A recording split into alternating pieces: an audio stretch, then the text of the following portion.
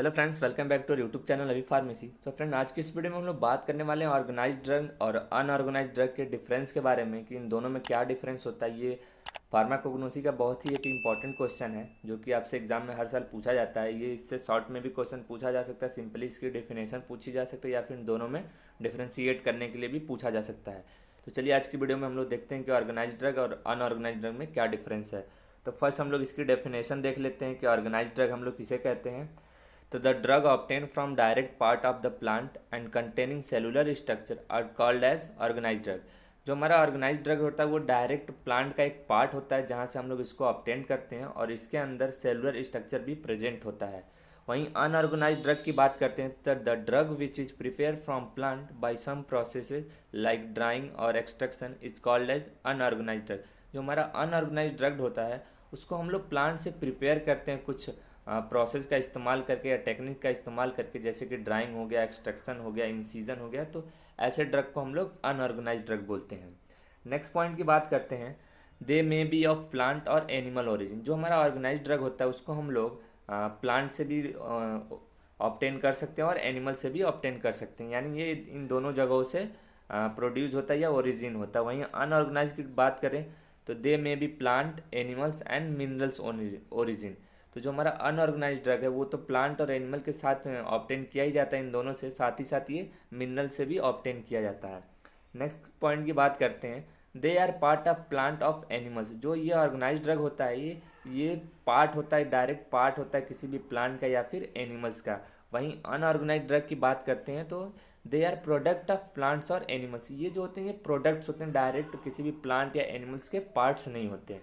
Next point की बात करते हैं, दे हैव सेलुलर स्ट्रक्चर। जो हमारा ऑर्गेनाइज्ड ड्रग होता है उसमें सेलुलर स्ट्रक्चर प्रेजेंट होते हैं, जैसे कि उसमें कुछ मॉर्फोलॉजिकल कैरेक्टर होगा जिसका यूज़ हम लोग माइक्रोस्कोप का यूज़ करके हम लोग देखते हैं कि उसमें इसका स्ट्रक्चर किस टाइप का है।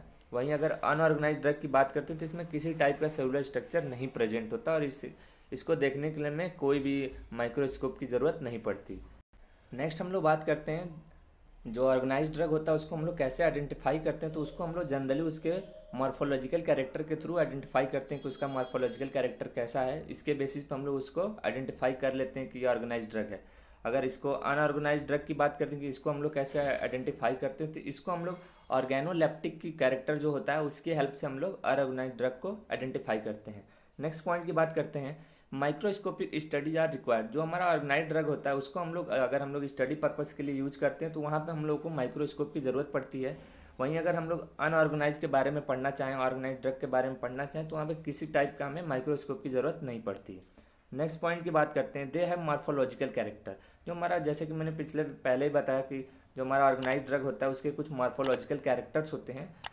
और साथ ही साथ हम लोग अगर अनऑर्गेनाइज की बात करें तो they do not have morphological character. तो इसके कुछ मार्फोलॉजिकल कैरेक्टर नहीं होते जो हमारा अनऑर्गेनाइज ड्रग होता है। अब इसके कुछ एग्जांपल्स की हम लोग बात कर लेते हैं ऑर्गेनाइज ड्रग के, कि जैसा कि हम लोग जानते हैं कि ये डायरेक्टली प्लांट के पार्ट से या एनिमल्स के पार्ट से ओरिजिन होता है। तो जैसे कि आप देख सकते हो, जो हमारा सैंडलवुड है वो स्टेम से ऑब्टेन किया जाता है। सिंकोना जो है कि बार्क, उसके बार्क से ऑब्टेन किया जाता है। और सैफरॉन जो कि है फ्लावर का एक पार्ट है। और सेना जो एक लीव है, ये डायरेक्ट प्लांट के पार्ट्स होते हैं, जैसा कि हम लोग जानते हैं स्टेम हो गया, फ्लावर हो गया, लीफ हो गया। और फिर कुर्ची, ये भी एक फ्लावर है जो कि डायरेक्ट ऑब्टेन किया जाता है। वहीं अगर हम लोग इसके अनऑर्गेनाइज्ड ड्रग के कुछ एग्जांपल देख लेते हैं तो जैसे कि अगार हो गया, गम अकेसिया हो गया, और जिलेटिन हो गया, हनी हो गया, और बी वैक्स हो गया। तो ये कुछ अनऑर्गेनाइज ड्रग के एग्जांपल हैं। तो आई होप आपको समझ में आ गया होगा कि अनऑर्गेनाइज और ऑर्गेनाइज ड्रग में क्या डिफरेंस है और ये दोनों क्या होते हैं। इसकी डेफिनेशन भी हमने डिस्कस कर ली है सबसे पहले।